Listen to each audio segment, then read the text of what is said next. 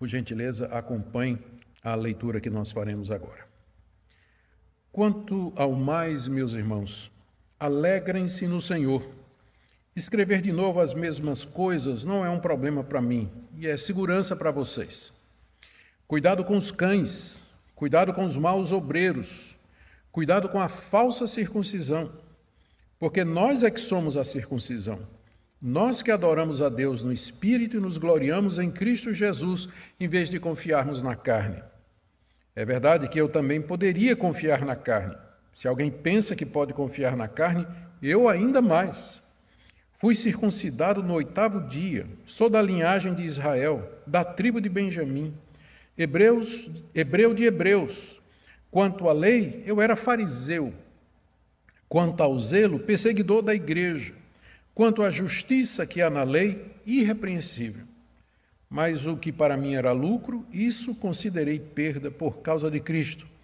Na verdade, considero tudo como perda por causa da sublimidade do conhecimento de Cristo Jesus, meu Senhor. Por causa dele, perdi todas as coisas e as considero como lixo para ganhar a Cristo e ser achado nele, não tendo justiça própria que procede de lei, mas aquela que é mediante a fé em Cristo, a justiça que procede de Deus baseada na fé. O que eu quero é conhecer Cristo e o poder da sua ressurreição, tomar parte nos seus sofrimentos e me tornar como ele na sua morte, para, de algum modo, alcançar a ressurreição de entre os mortos. Até aqui a leitura da palavra de Deus. Queridos, uma das informações que Epafrodito trouxe ao apóstolo Paulo, quando ele estava preso em Roma, foi a disseminação do ensino de falsos mestres na igreja de Filipos. Falsos mestres são tão antigos na história da igreja quanto os verdadeiros mestres. As falsas interpretações do evangelho são tão antigas quanto o próprio evangelho, talvez umas poucas horas mais novas. Dentre os primeiros falsos mestres que surgiram na história da igreja, e ainda no período do Novo Testamento, nós temos, em primeiro lugar, os libertinos, também chamados de nicolaítas ou seguidores de Balaão ou da profetisa Jezabel. Esses ensinavam que o evangelho dava condições para que uma pessoa que fosse salva pudesse viver na prática do pecado, especialmente no pecado da imoralidade. O segundo grupo de falsos profetas que surge já no período do Novo Testamento era dos docéticos e gnósticos, embora as suas ideias estivessem ainda embrionárias. O docetismo e o gnosticismo eles vão florescer ou vão amadurecer como uma seita, uma religião complexa e sistematizada somente no 2º século, mas já no 1º século as ideias docéticas e gnósticas estavam presentes. Em geral, estes mestres negavam que Jesus Cristo tivesse um corpo humano real e insistiam na aquisição de um conhecimento secreto que nem aos apóstolos foi dado, como razão ou como meio, como condição para que alguma pessoa fosse salva. Mas de todos esses falsos mestres, de todas essas heresias, nenhuma era mais antiga do que a dos judaizantes. Os judaizantes eram judeus que haviam aderido à pregação do evangelho, mas que consideravam necessário que se guardasse a lei de Moisés para a salvação. E dentre as obras da lei, eles destacavam especialmente a circuncisão, as leis dietárias e os dias sagrados do calendário religioso dos judeus. É verdade que havia judeus que haviam se convertido a Cristo no 1º século e que continuaram a guardar as obras da lei de Moisés, como essas 3 que eu mencionei, mas como marcadores de identidade. Afinal, eles eram judeus e estas 3 coisas marcavam essa etnia. Eles não achavam que estas coisas eram salvíficas. Mas os judaizantes propriamente ditos, eles insistiam que era necessário que aqueles não-judeus que creram em Jesus Cristo, eles tinham que completar isso, se deixando circuncidar, guardando a dieta religiosa dos judeus, não podia comer carne de porco, não podia comer sangue, não podia comer determinadas bebidas ou comidas consideradas impuras e guardar as festas religiosas dos judeus e particularmente o sábado. Isso era necessário para a salvação. E a estratégia desses falsos mestres judaizantes era seguir os passos do apóstolo Paulo e disseminar suas heresias naquelas igrejas fundadas pelo apóstolo Paulo entre os gentios e desviar os gentios para o judaísmo. Eles já tinham feito isso nas igrejas da Galácia, já tinham feito isso em Corinto. A igreja de Jerusalém já havia se posicionado contra eles no concílio que aconteceu, conforme está em Atos capítulo 15. Paulo já tinha escrito a carta aos Gálatas para combatê-los e 2 cartas aos Coríntios com o mesmo propósito, mas eles continuavam a disseminar as suas heresias no meio das igrejas dos gentios, igrejas que haviam aprendido com Paulo e outros missionários de que a salvação é pela graça mediante a fé em Cristo Jesus. E agora eles haviam chegado a Filipos. Fazia cerca de 10 anos que Paulo havia fundado a igreja de Filipos. Lembre-se que a cidade não tinha uma sinagoga, porque era uma colônia romana. E provavelmente, então, esses mestres que estavam trazendo essas ideias eram pregadores itinerantes que passavam pela cidade, ficavam algum tempo e aproveitavam para procurar os gentios convertidos, os locais de reunião e ali disseminar as suas ideias. E tudo indica que isso era algo que estava acontecendo há relativamente pouco tempo. Esses judaizantes se apresentavam como enviados de Cristo, até como apóstolos dele, isso fica muito claro na segunda carta aos Coríntios. Eles ensinavam que o evangelho que Paulo tinha trazido era incompleto, que não bastava apenas uma pessoa crer em Jesus Cristo. Eles destacavam a grandeza e a glória do judaísmo, diziam que eram descendentes de Abraão, com quem Deus fez uma aliança, e que tinham recebido o selo do verdadeiro povo de Deus, que era a circuncisão. Eles ensinavam a necessidade dos gentios serem justos de acordo com a lei de Moisés, e que se eles guardassem estas leis e as tradições de Israel, eles haveriam de progredir e avançar espiritualmente na sua vida cristã. Aos poucos, a mensagem desses falsos mestres começou a se espalhar entre os membros da igreja, trazendo dúvida, trazendo confusão. E é isso, então, que Epafrodito relatou ao apóstolo Paulo, juntamente com a ajuda do pedido de ajuda da liderança da igreja com relação a essa questão. Nós vamos ver, então, o que é que Paulo escreve aqui para enfrentar essa situação. Qual a sua abordagem com relação à mensagem dos falsos mestres de que era necessário guardar a lei de Moisés para que os gentios se aperfeiçoassem e para que fossem salvos? Nós vamos dividir a nossa mensagem em algumas partes. Em primeiro lugar, a advertência de Paulo contra os falsos mestres, aí nos versos de 1 a 3. Depois, o testemunho que o próprio apóstolo Paulo dá da sua conversão do judaísmo para o cristianismo, do verso 4 até o verso 11. E o alvo de Paulo na sua vida, o que é que ele tinha como propósito maior na sua vida, à luz de tudo isso, terminando com o propósito dele com essa exposição, e aí nós faremos algumas aplicações. Em primeiro lugar, então, a advertência de Paulo aos filipenses contra os falsos mestres. Ele começa no verso 1, dizendo: quanto ao mais, meus irmãos, alegrem-se no Senhor. Alegrem-se no Senhor. Quanto ao mais, quer dizer, finalmente. Dá a impressão que Paulo vai acabar a carta aqui, mas, na verdade, ele continua com mais 2 capítulos. E ele exorta os filipenses a se alegrar no Senhor.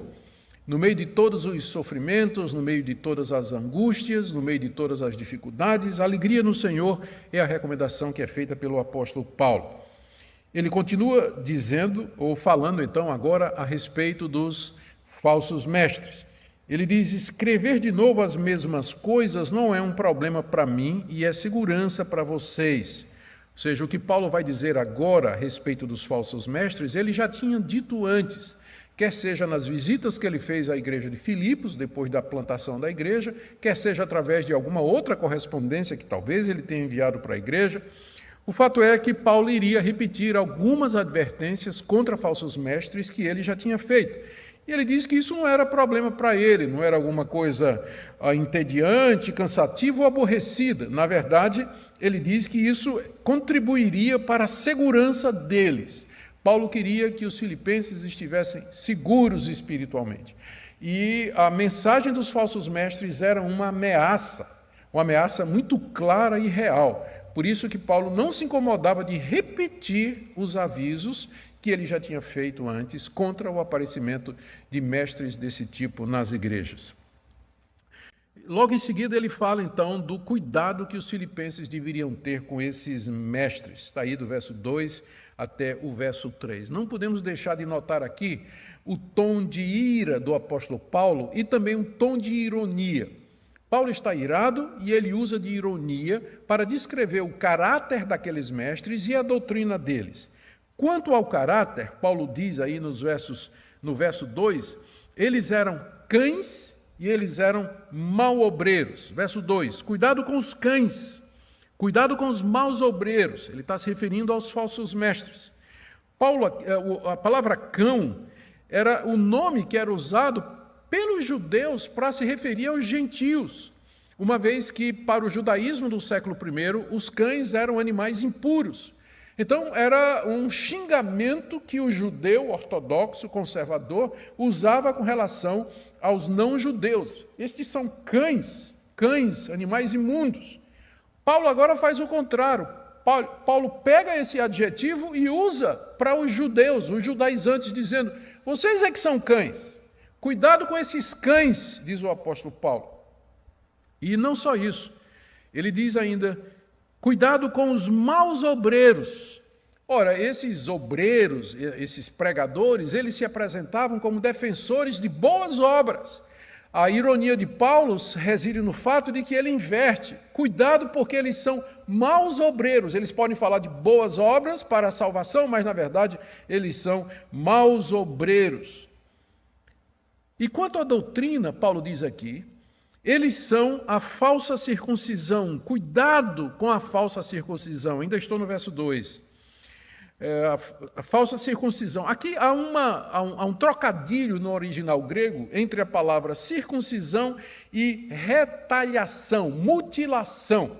Talvez Paulo tenha em mente aqui os rituais pagãos onde os adoradores dos deuses se mutilavam, se cortavam, laceravam o próprio corpo para satisfazer os seus deuses em sacrifício.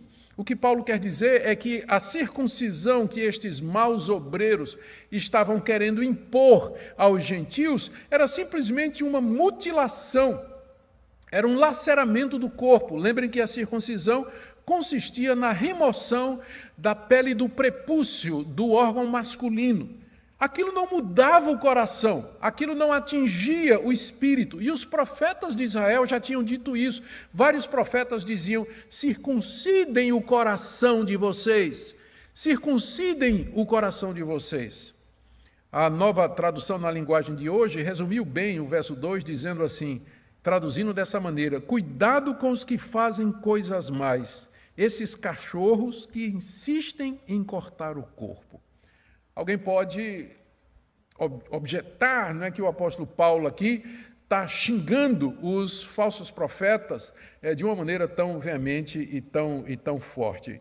E a verdade é que há uma certa situação, o cristão sempre deve ser moderado, ele sempre deve tratar os adversários, aqueles que são inimigos e que resistem, de maneira cortês.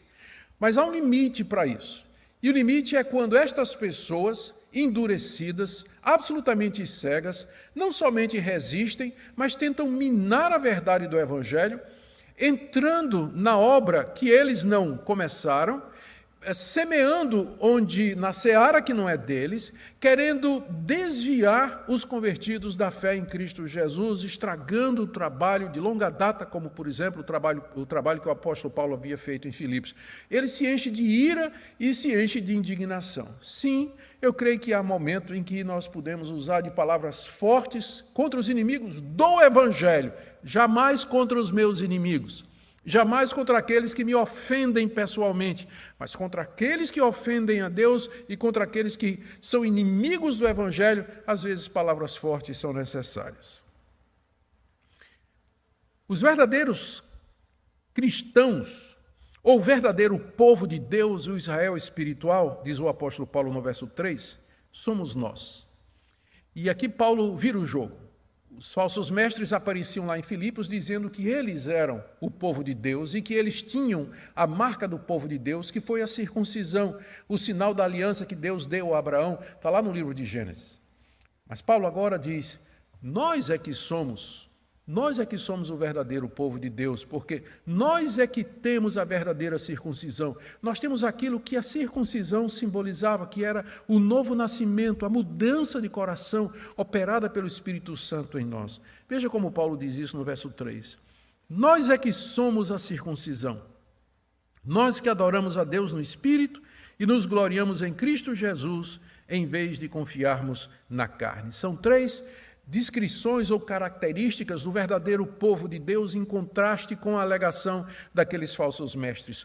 Primeiro, nós adoramos a Deus no Espírito e não mediante cerimônias externas, rituais religiosos como a circuncisão, que não muda o coração, ou como a guarda de leis, não coma isso, não coma aquilo, ou a guarda de dias sagrados. Estas coisas não mudam o coração. Nós adoramos a Deus em espírito, naquilo que é produzido, na devoção e na fé que é produzida pelo Espírito Santo em nossos corações. Segundo, nós nos gloriamos em Cristo Jesus, ou seja, nós dependemos de Cristo, nós confiamos no que Cristo fez por nós para a nossa salvação. E terceiro, nós não confiamos na carne. Carne aqui é usada pelo apóstolo Paulo para se referir a todos os esforços humanos para obter a salvação. Nós não confiamos na carne, ou seja, nós confiamos em Cristo e não na nossa capacidade para obter a salvação. Não colocamos a nossa confiança para a salvação em nossos esforços meritórios. Essa denúncia severa do apóstolo Paulo, cães, maus obreiros, falsa circuncisão, tinha como alvo parar o avanço deles na igreja de Filipos. Os filipenses deveriam ter cuidado com eles. Cuidado, diz o apóstolo Paulo, 3 vezes. Não é? Cuidado com os cães, cuidado com os maus obreiros, cuidado com a falsa circuncisão. Eles deveriam ter cuidado porque essa doutrina, com certeza, levava à perdição. Não era o verdadeiro evangelho.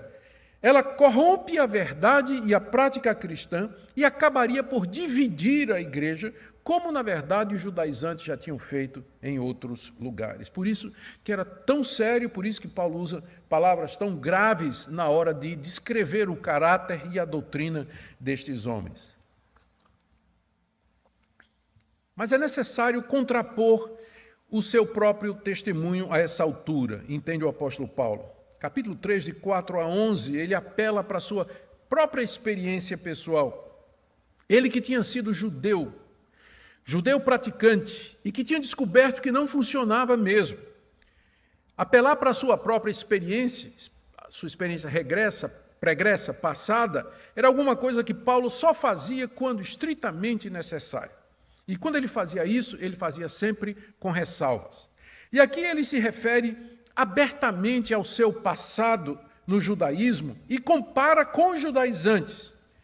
Ele diz aqui no verso 4 que ele tinha mais motivos para confiar na carne do que os judaizantes. O que ele quer dizer é o seguinte, verso 4, é verdade que eu também poderia confiar na carne. Se alguém pensa que pode confiar na carne, eu ainda mais. O que ele quer dizer é o seguinte, se a salvação fosse por obras da lei, isto é, pela carne, então eu poderia me gloriar nisso mais do que esses falsos mestres. E em seguida Paulo apresenta o seu pedigree, que tem 8 itens, comparando-se com os falsos mestres. Vamos ver aqui o pedigree de Paulo. Primeiro, ele diz, fui circuncidado quando tinha 8 dias de vida. Deus havia ordenado a Abraão, Gênesis 17:12, que todo descendente de Abraão, aos 8 dias de vida, deveria ser circuncidado. Pois bem, diz Paulo aí, eu fui circuncidado quando tinha 8 dias de vida. Está aí no verso 5. Segundo ponto do pedigree de Paulo, eu sou da linhagem de Abraão, ainda verso 5. Ele quer dizer com isso que ele era israelita de nascimento e não um prosélito. Porque naquela época havia muitos prosélitos, pessoas que não tinham nascido da descendência de Abraão, eram gentios, eram romanos, eram de outros povos, mas que se tornaram judeus ou membros das sinagogas através do batismo e depois da circuncisão. O batismo era exigido para esses prosélitos. Mas não era o caso de Paulo, ele era da linhagem de Abraão. Na verdade, ele diz ainda no verso 5, terceiro ponto do pedigree dele, que ele era da tribo de Benjamim, que era uma das tribos mais famosas e fortes de Israel. Aqui mostra que Paulo sabia que ele era da tribo de Benjamim. Esse ponto é importante porque muitos judeus perderam a sua genealogia depois do cativeiro babilônico. Nem todo mundo sabia de qual era a sua tribo. Paulo não somente era descendente de Abraão, mas ele sabia que era da tribo de Benjamim, aquela tribo que foi leal ao rei Davi e que permaneceu com a tribo de Judá ao lado de Davi. Em quarto lugar, ainda no verso 5, ele diz que era hebreu de hebreus, ou seja, de sangue puro. Mesmo que ele tivesse nascido na cidade de Tarso, que era na dispersão, os seus pais eram judeus, seus avós eram judeus e todos os seus antepassados eram judeus, ou seja, Paulo era um puro sangue, um puro sangue. Em quinto lugar, ele tinha sido membro da seita dos fariseus, que era a seita mais estrita dos judeus. Havia várias. Além dos fariseus, tinham os saduceus, tinham os essênios, tinham os zelotes. A que mais insistia na guarda detalhada da lei era a seita dos fariseus. E Paulo tinha se tornado membro deles, ou seja, ele era um fariseu praticante da lei. Ainda no verso 5. No verso 6 ele diz que era tão zeloso pelo judaísmo, pela tradição dos seus pais, que ele tinha se tornado um fanático a ponto de perseguir a igreja de Cristo. Essa é a demonstração que Paulo dá, ou a evidência que ele traz, do zelo que ele tinha pelo judaísmo, pela guarda da lei, pelas tradições dos rabinos. Ele tinha entendido que o cristianismo era uma afronta à lei de Moisés e que era seu dever perseguir, exterminar com a seita dos nazarenos, assim que era chamado o cristianismo no início.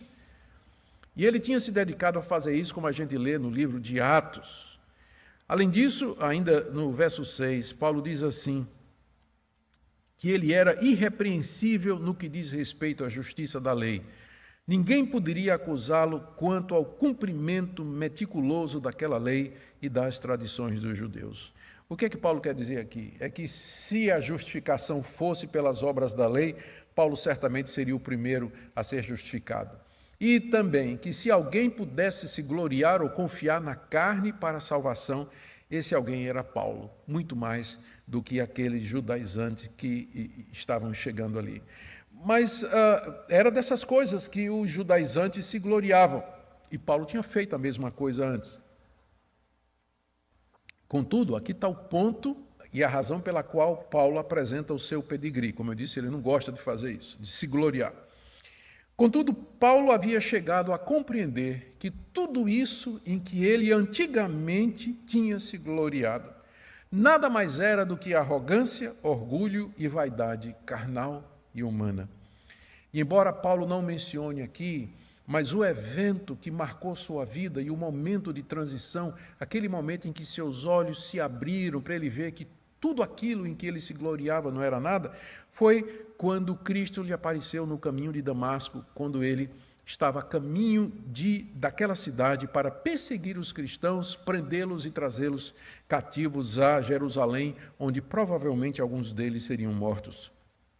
Foi naquele momento, diante de Cristo, o Cristo glorioso, ressurreto, que lhe aparece ali, no corpo da ressurreição.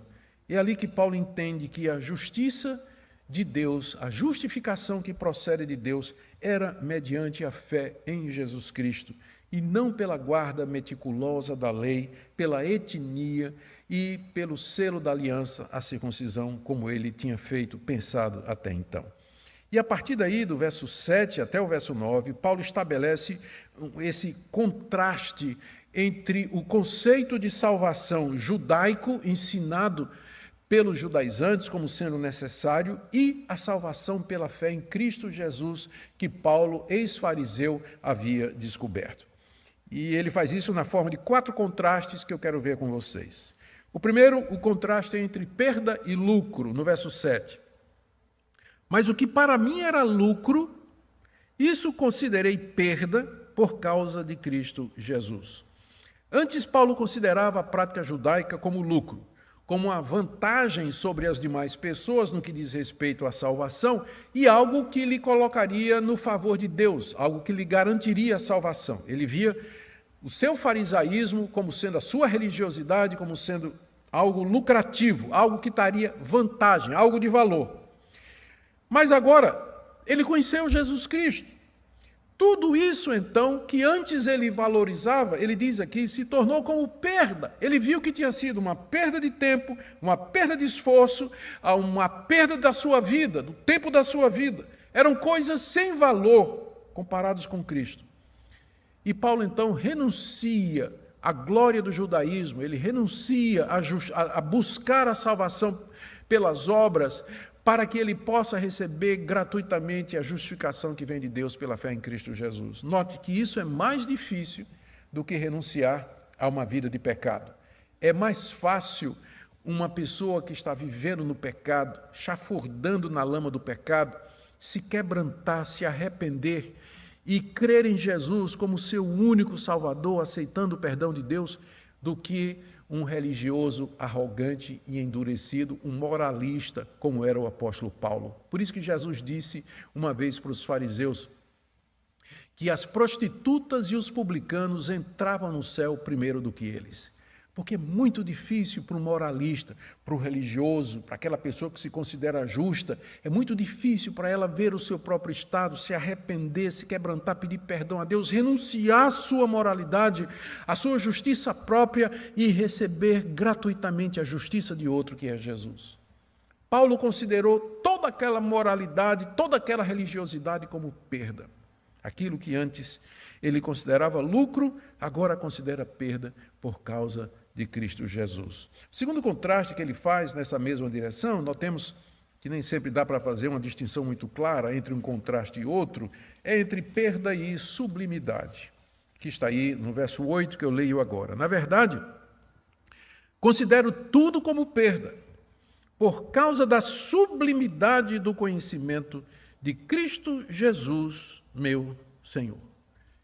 Na verdade, não é só o sistema judaico, as leis judaicas para a salvação que eu considero como perda. Eu considero tudo mais que implica no mérito humano como sendo perda, por causa da sublimidade do conhecimento de Cristo Jesus, meu Senhor. Cristo é tão sublime e o que ele fez na cruz é tão sublime, a obra da salvação, Deus perdoando gratuitamente pecadores mediante a sua graça, pela fé em Cristo Jesus. Isso é tão sublime que todos os esforços humanos, não somente do judaísmo, mas dos moralistas, dos religiosos, de qualquer outro credo, eles são como nada, eles são perda diante da glória, diante da majestade, da eficácia, da perfeição, da obra terminada de Cristo, da sua pessoa maravilhosa. Por isso Paulo considerava tudo aquilo como perda. Na verdade, ele aprofunda esse contraste agora no verso 8, final do verso 8, dizendo assim: por causa de Cristo eu perdi todas as coisas e as considero como lixo para ganhar a Cristo. Na verdade, Paulo diz aqui, ele perdeu todas estas coisas. Ele perdeu no sentido de que se algum mérito ou se algum respeito ele tinha ganhado diante dos homens, ele renunciou a tudo isso. Ele agora não queria mais agradar homens, não queria impressionar os outros com sua religiosidade, com a maneira escrupulosa e detalhada em que ele guardava a lei. Ele, na verdade, perdeu todas estas coisas. E para Paulo isso não foi alguma coisa que lhe trouxe pesar, porque ele diz aqui que ele considerava estas coisas como lixo. A palavra lixo aqui, ela significa esterco, ela significa excremento.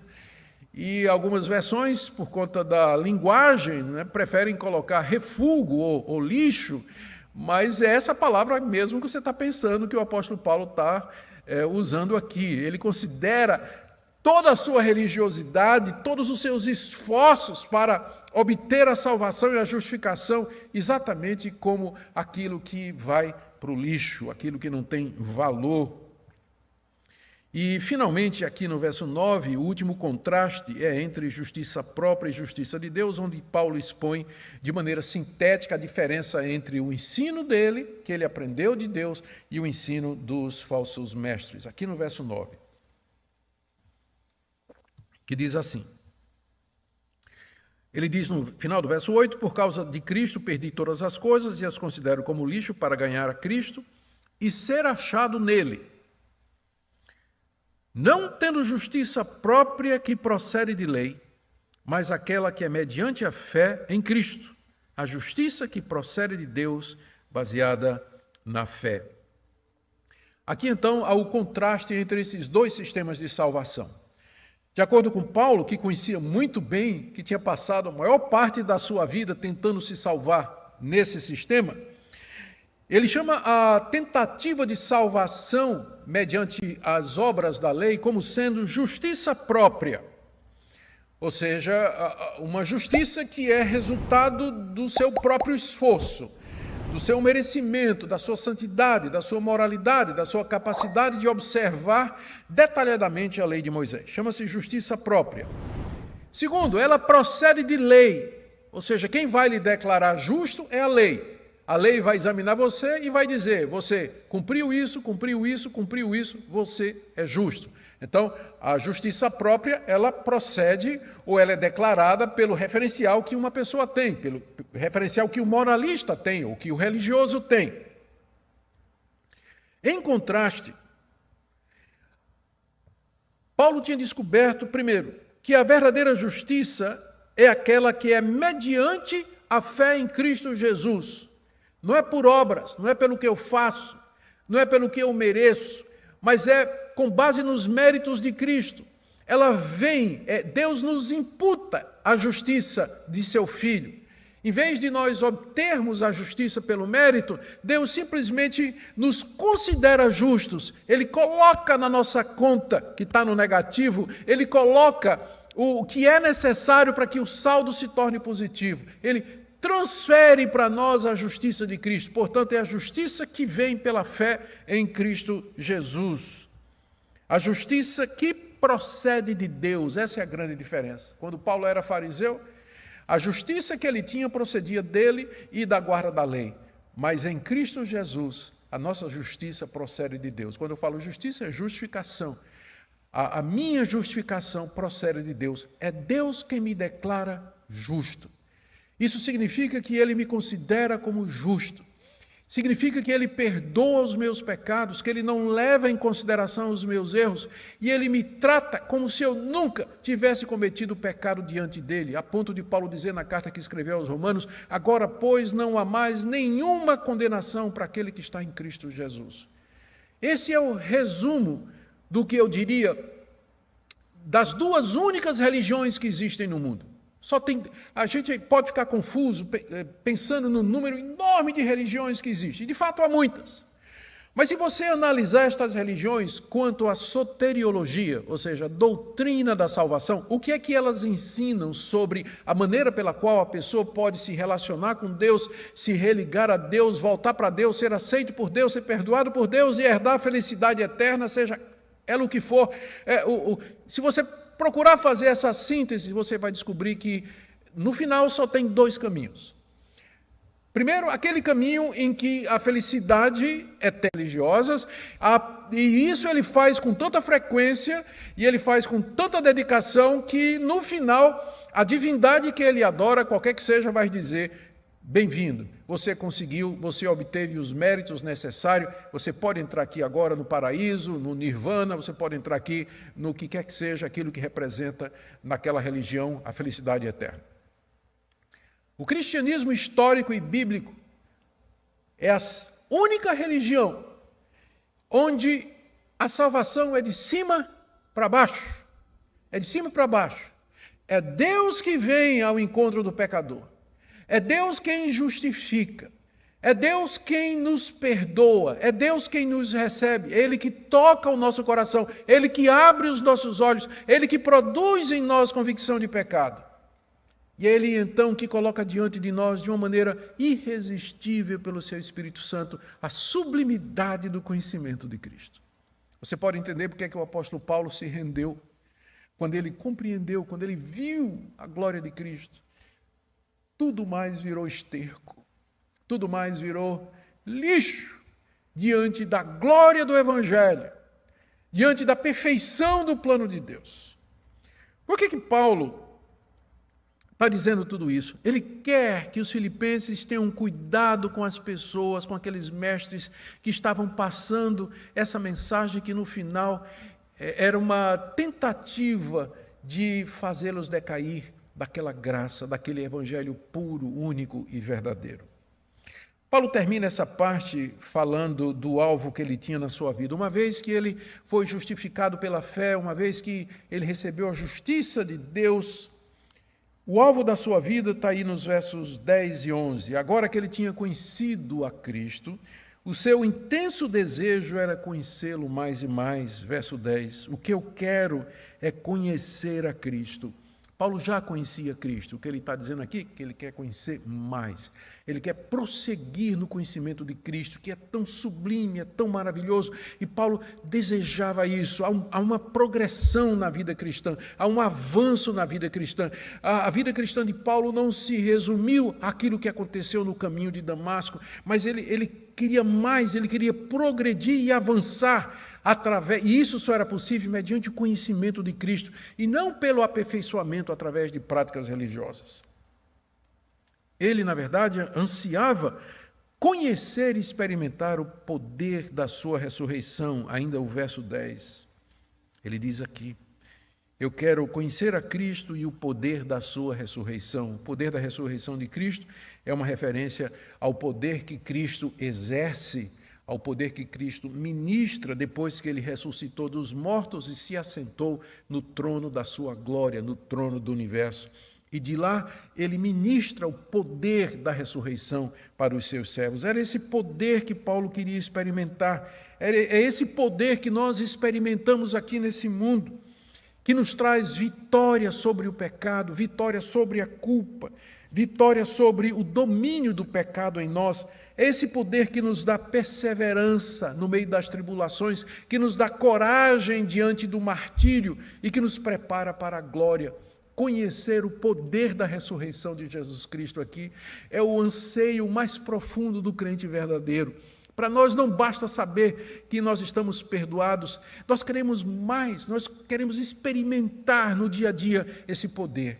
E não há nada mais importante do que isso. Eu ouso dizer que isso é muito mais importante do que experiências extraordinárias, com determinados dons, como alguns queridos irmãos equivocadamente pensam e que dão prioridade a estas experiências.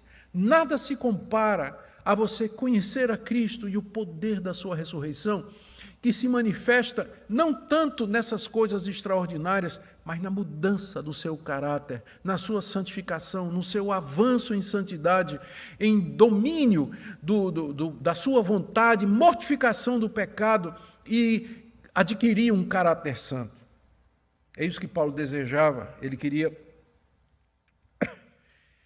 experimentar o poder da ressurreição. E não só isso. Veja o que ele quer. Verso 10, ele diz ainda, eu quero tomar parte nos seus sofrimentos e me tornar como ele na sua morte. Pouca gente quer isso, não é? Mas é o que Paulo está dizendo aqui. Ele quer ser semelhante a Cristo na sua morte, participar dos seus sofrimentos, experimentar o poder da cruz para vencer o pecado. Ele queria sofrer pelo Evangelho, se necessário fosse, como Cristo deu sua vida para que ele, Paulo, fosse justificado. Ele queria ser obediente ao Pai, assim como Cristo foi até a morte e morte de cruz. E o alvo dele, no verso 11, é esse: para de algum modo alcançar a ressurreição de entre os mortos. Não pensemos que quando ele diz aqui, de algum modo, ele quer dizer, ele está duvidando. A tradução poderia ser simplesmente para que qualquer que seja o meio pelo qual Deus me leve lá, eu alcance a ressurreição dentre os mortos. Era esse o alvo final de Paulo, o desejo final. Ele queria participar da ressurreição dos mortos. Aqui ele se refere à ressurreição dos mortos justos, daqueles que ressuscitarão para entrar no reino de Deus. Os ímpios também ressuscitarão, mas eles serão lançados no lago de fogo e enxofre. A ressurreição que Paulo se refere aqui é a ressurreição para a vida eterna, para a bem-aventurança. Era isso que ele desejava, não importa que meio Deus usasse para que isso acontecesse, talvez até a sua morte ali na prisão. De qualquer forma, era isso que Paulo desejava alcançar. Era esse o alvo final da sua vida. Aqui é importante fazer uma observação que, para muitos cristãos, o nosso alvo é ir para o céu.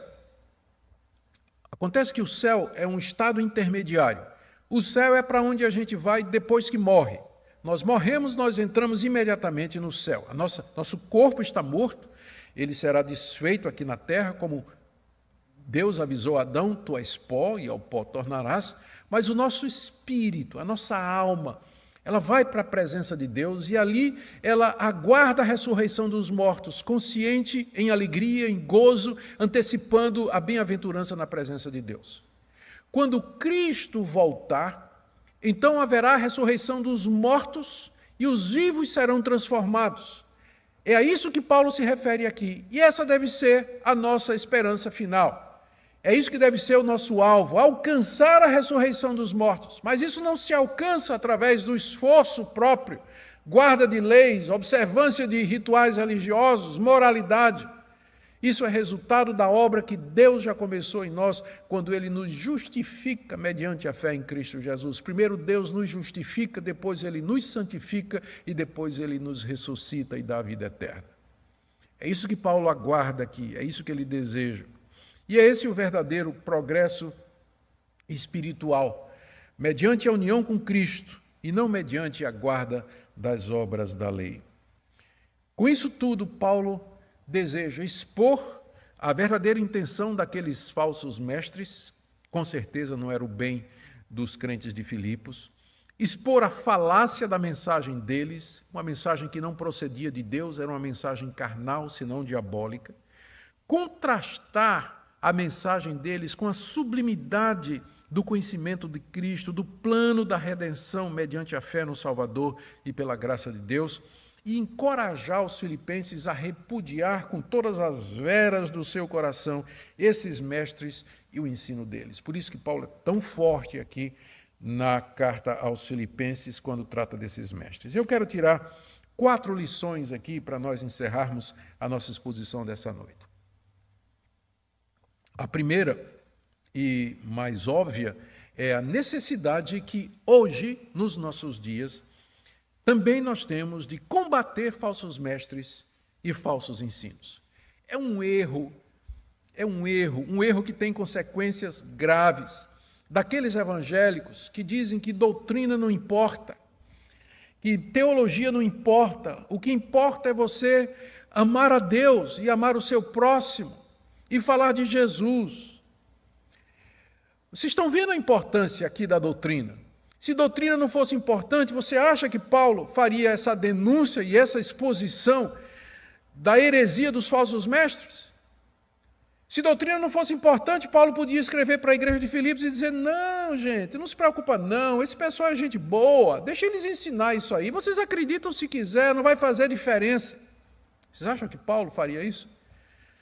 É claro que a verdade importa, é claro que a doutrina importa, é claro que boa teologia importa, porque é por ela e por causa dela que nós temos que combater o erro e os ensinos errados, as interpretações erradas do Evangelho de Jesus Cristo, especialmente aquelas que tocam na questão da salvação. Elas precisam ser expostas.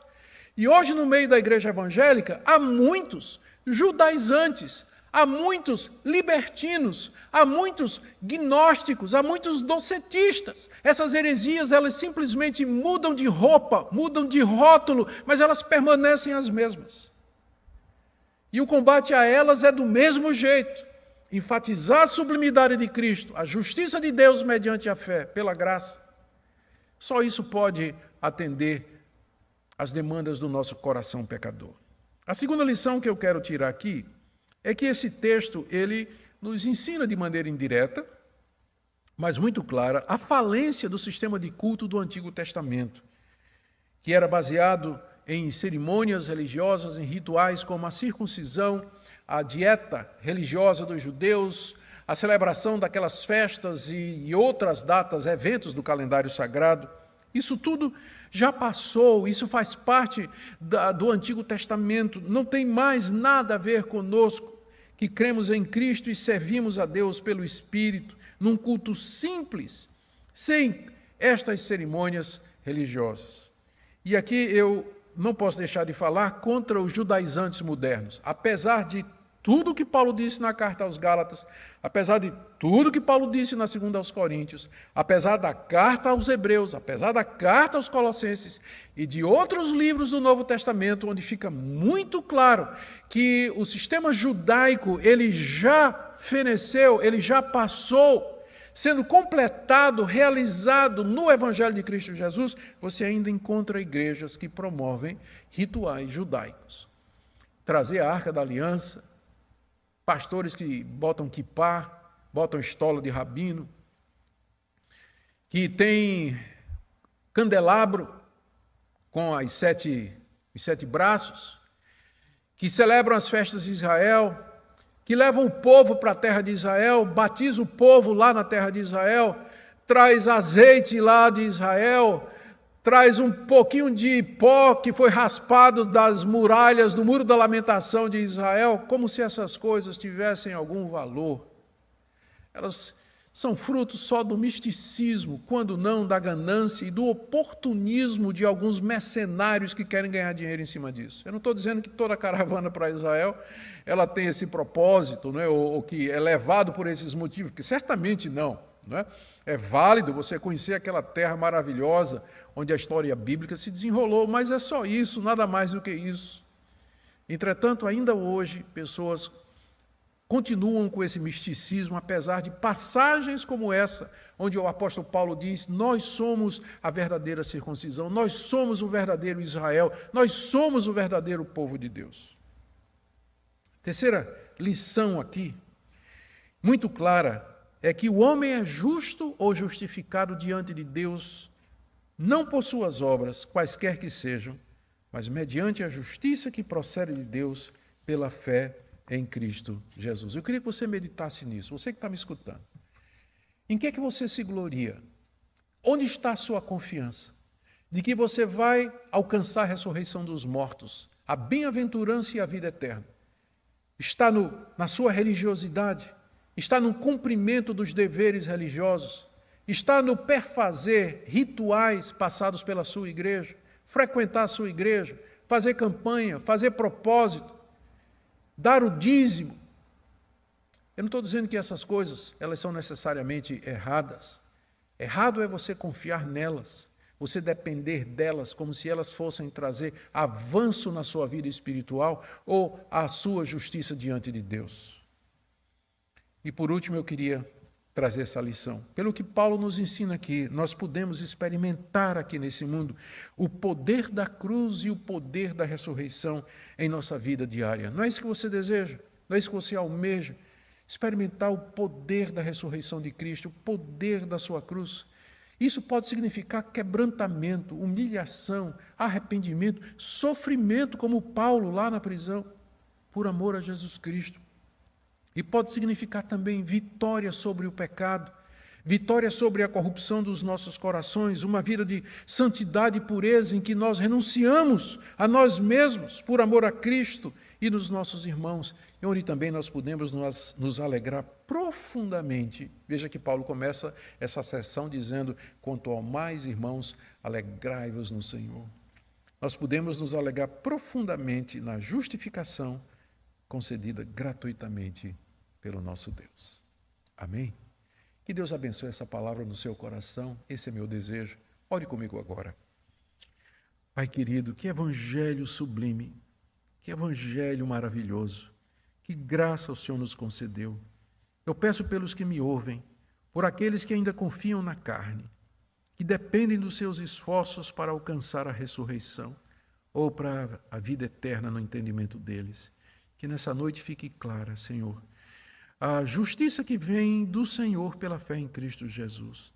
E que fique tão claro que eles considerem tudo mais que fizeram até hoje como refúgio, como esterco, lixo, para que possam ganhar a Cristo como seu Senhor e Salvador.